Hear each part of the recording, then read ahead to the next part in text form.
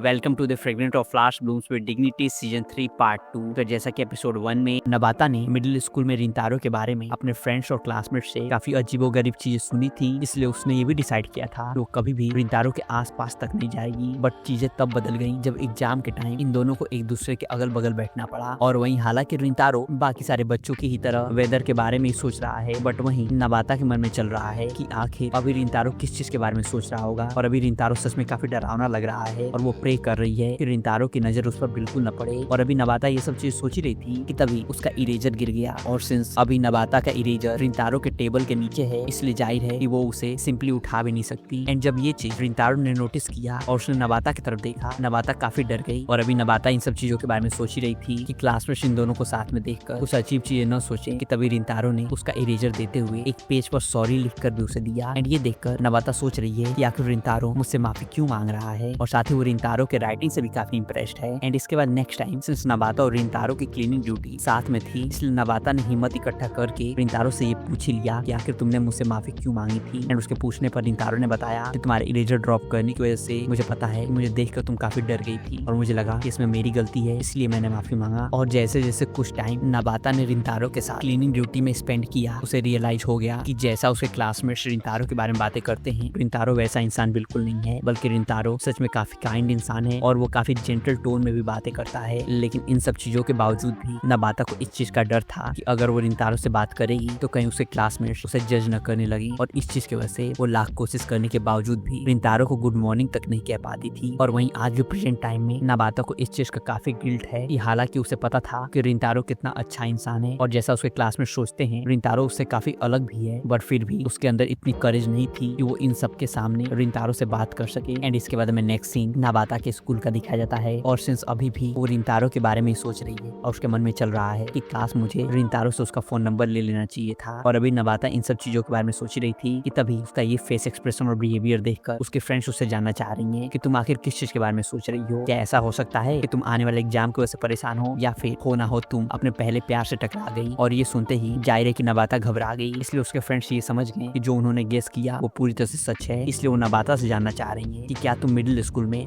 Piercing और blonde hair वाले लड़के से मिली हो जिसकी वजह से ही तुमने खुद को इतना चेंज किया है। एंड रिंतारो का ये सारा डिस्क्रिप्शन सुनकर नबाता ने अपने फ्रेंड से पूछा कि आखिर तुम सब उसके बारे में ऐसे क्यों बता रही हो जैसे वो कोई अजीब इंसान था। और अभी बातें करते हुए नबाता ने अपने फ्रेंड्स को ये भी बताया कि मिडिल स्कूल एंड होने के बाद सेरेमनी के टाइम मेरा नोटबुक गायब हो गया था और मैंने लाख कोशिशों के बावजूद भी तो नोटबुक मुझे नहीं मिला, जो कि मेरे लिए सच में काफी स्पेशल था। और अभी मैं हार मानकर जा ही रही थी, तभी रिंतारो मेरे सामने आ गया और उसने नोटबुक देते हुए बताया कि ये नोटबुक मुझे क्लासरूम में मिला। और अभी ये दोनों बातें कर ही रहे थे कि जैसे ही क्लीनिंग करते हुए इनके क्लासमेट ने इन्हें देखा, नबाता घबराते हुए वहाँ से चली गई। और आज भी नबाता को इसी चीज का रिग्रेट है कि वो रिंतारो को अच्छे से थैंक यू तक नहीं कह पाई। एंड नबाता की ये सारी बातें सुनकर उसकी फ्रेंड साथ उसकी रोने लगी, क्योंकि उसके साथ भी एलिमेंट्री स्कूल में कुछ ऐसा ही हुआ था और आज तक उस मेमोरी को भूल नहीं पाई है। एंड अपनी फ्रेंड की ये सारी बातें सुनकर नबाता को रियलाइज हुआ कि अगर वो रिंतारो से अपने दिल की बात नहीं कहेगी तो उसे हमेशा इस दुख के साथ ही जीना पड़ेगा। और ये रियलाइज करने के बाद वो शायद अभी दौड़ते हुए रिंतारो के पास ही जा रही है। और साथ ही उसके मन में उसने जो भी रिंतारो से बातें की थी वो सारी चल रही हैं। और वो अभी स्टेशन की तरफ जाते हुए लगातार यही प्रे कर रही है कि प्लीज अगर मुझे मौका मिले तो मैं तुमसे अच्छे से माफी मांगना चाहती हूँ। और वो भगवान से प्रे भी कर रही है कि मुझे उससे मिलने का सिर्फ एक मौका चाहिए। और ये सब सोचते हुए जब नबाता स्टेशन पर पहुंची, वो ये देखकर काफी मायूस है कि यहाँ रिंतारो नहीं है। और अब उसे लग रहा है कि शायद उस दिन जब वो रिंतारो से मिली थी वो एक कोइंसिडेंस ही था, ना कि टाइमिंग। बट जो भी हो, हार मानकर घर जाने से पहले नबाता ने थोड़ी देर और रिंतारो का वेट करने का डिसाइड किया, जिसके थोड़ी ही देर बाद यहाँ रिंतारो भी आ गया। और रिंतारो को अचानक से देखकर वो अब काफी नर्वस और शाई फील कर रही है। और अभी वो रिंतारो को बुलाने ही वाली थी कि तभी उसने नोटिस किया कि रिंतारो के साथ एक लड़की भी है। और नबाता इन दोनों के इतने करीब है कि वॉल के पीछे होने के बावजूद भी इसे रिंतारो और वागुरी की पूरी बातें सुनाई दे रही है। रिंतारो और वागुरी की बातें सुनकर नबाता को भी समझ आ चुका है कि ये दोनों डेट कर रहे हैं। यहाँ तक कि वागुरी को रिंतारो के हाथों बना के काफी अच्छा भी लगता है। और वागुरी रिंतारो की मॉम से भी मिल चुकी है एंड रिंतारो की मॉम को भी वागुरी काफी पसंद है। जिसके बाद हमें नेक्स्ट सीन में दिखाया जाता है नबाता पार्क में बैठी हुई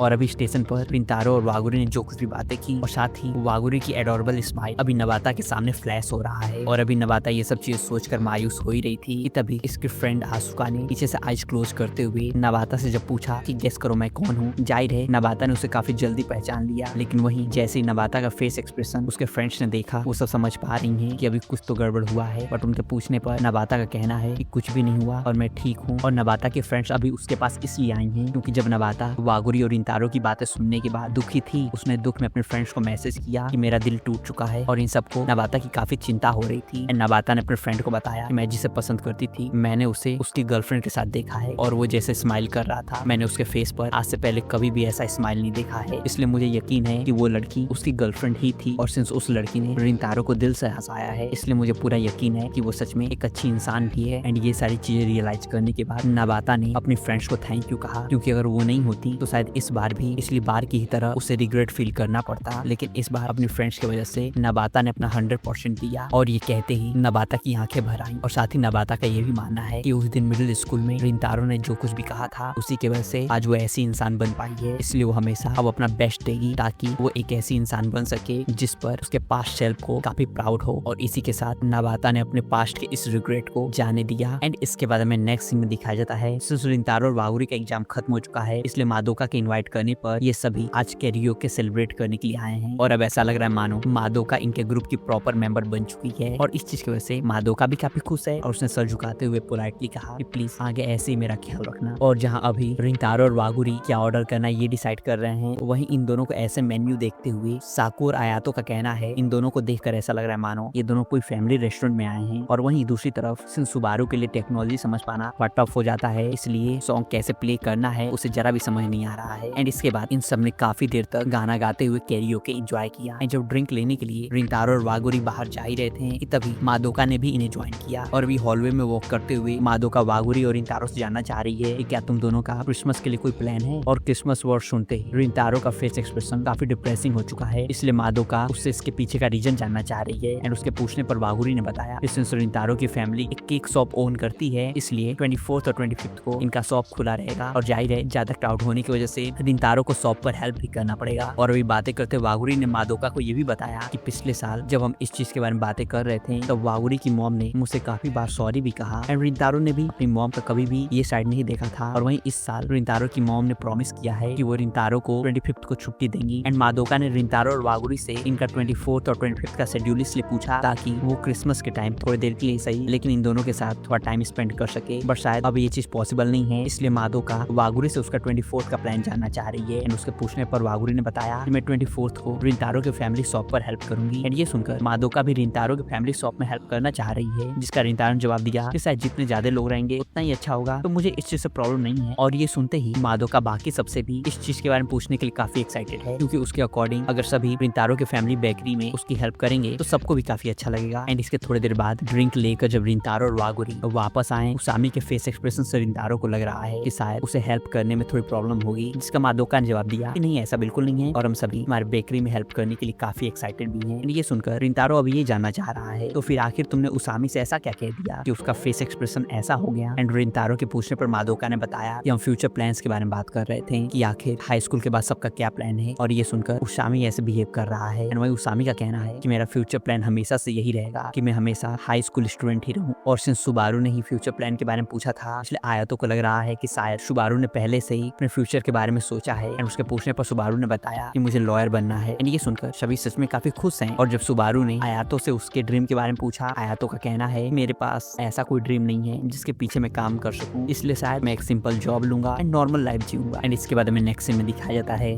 जल्दी क्रिसमस आने वाला है, इसलिए रिंतारो के फादर पेस्ट्रीज बनाने में काफी बिजी हैं। एंड अभी बातें करते हुए रिंतारो के फादर के पूछने पर रिंतारो ने बताया कि मेरा पेस्ट्रियर बनने का कोई प्लान नहीं है। एंड ये सुनकर रिंतारो के फादर थोड़ा सरप्राइज्ड हैं, क्योंकि अब उन्हें रियलाइज हो रहा है तो रिंतारो अपने स्किल्स पर इतना मेहनत सिर्फ और सिर्फ एज अ हॉबी ही कर रहा था। और वही रिंतारो की मदर का भी कहना है कि रिंतारो भी हाई स्कूल में है तो उसके पास अभी काफी करियर चॉइस ऑप्शंस हैं। और वहीं इसके बाद नेक्स्ट सीन में रिंतारो और वागुरी बातें करते हुए वॉक कर रहे हैं और रिंतारो वागुरी से भी यही जानना चाह रहा है। कुछ टाइम पहले उसामी को भी लगा था मैं आगे चल के पेस्ट्रियर ही बनूंगा, तो क्या तुम्हें भी ऐसा लगता है? जिसका वागुरी ने जवाब दिया कि अगर मैं ना कहूँ तो शायद ये झूठ होगा, लेकिन हाँ अगर तुम आगे चल के पेस्ट्रियर भी नहीं बनते हो तो ये भी शायद सरप्राइजिंग नहीं होगा। एंड रिंतारो का भी कहना है कि मेरे डैड और मेरे भाई ने अपने हॉबी और इंटरेस्ट को अपना जॉब बनाया और सिंस मैं भी केक बेक करना काफी इंजॉय करता हूँ इसीलिए शायद सबको लगता है कि मैं आगे चल के पेस्ट्रियर बनूंगा। और मैं भी इस बारे में सोच रहा था, बट काफी सोचने के बाद भी मैं इस चीज को लेकर श्योर नहीं हो पा रहा हूँ। एंड वागुरी के हिसाब से भी ये एक काफी डिफिकल्ट क्वेश्चन और डिसीजन है। और अभी रिंतारो इन सब चीजों के बारे में सोच ही रहा था, तभी वागुरी ने उससे कहा कि अगर तुम डिसाइड करोगे तुम्हें मॉडल बनना है तो मैं तुम्हारा इसमें पूरा सपोर्ट करूंगी। एंड ये सुनकर रिंतारो घबराते हुए वागुरी से जानना चाह रहा है कि इतने सब चीजों में से आखिर तुमने मॉडल ही क्यों सोचा, जिसका वागुरी ने जवाब दिया कि तुम लंबे और हैंडसम हो तो मुझे लगता है कि अगर तुम मॉडल बनोगे तुम काफी पॉपुलर होगे। बट वागुरी ने ये चीज काफी रैंडमली कहा, इसलिए उसका फिर से कहना है कि तुम अपने लिए चाहे कोई भी फ्यूचर डिसाइड करो, मैं तुम्हारा उसमें पूरा सपोर्ट करूंगी। और हाँ, वागुरी ने ये भी कहा कि यहाँ सुबारू को छोड़कर शायद बाकी किसी ने भी अपने फ्यूचर के बारे में अभी कुछ डिसाइड नहीं किया है, और इस चीज की वजह से मैं सुबारू को काफी एडमायर भी करती हूँ, और मुझे पता है कि आगे चल के कभी ना कभी हमें इस चीज के बारे में सोचने के लिए खुद को फोर्स करना ही पड़ेगा। बट हाँ, शायद ये चीज कुछ दिन और वेट कर सकती है। एंड ये सब कहते हुए वागुरी ने रिंतारो से ये भी कहा कि वैसे एक चीज है जिसका मैं सपना देखती हूँ। एंड ये सुनकर जाहिर है रिंतारो वागुरी के इस ड्रीम के बारे में जानना चाह रहा है, जिसका वागुरी ने जवाब दिया कि ये अभी के लिए एक सीक्रेट है।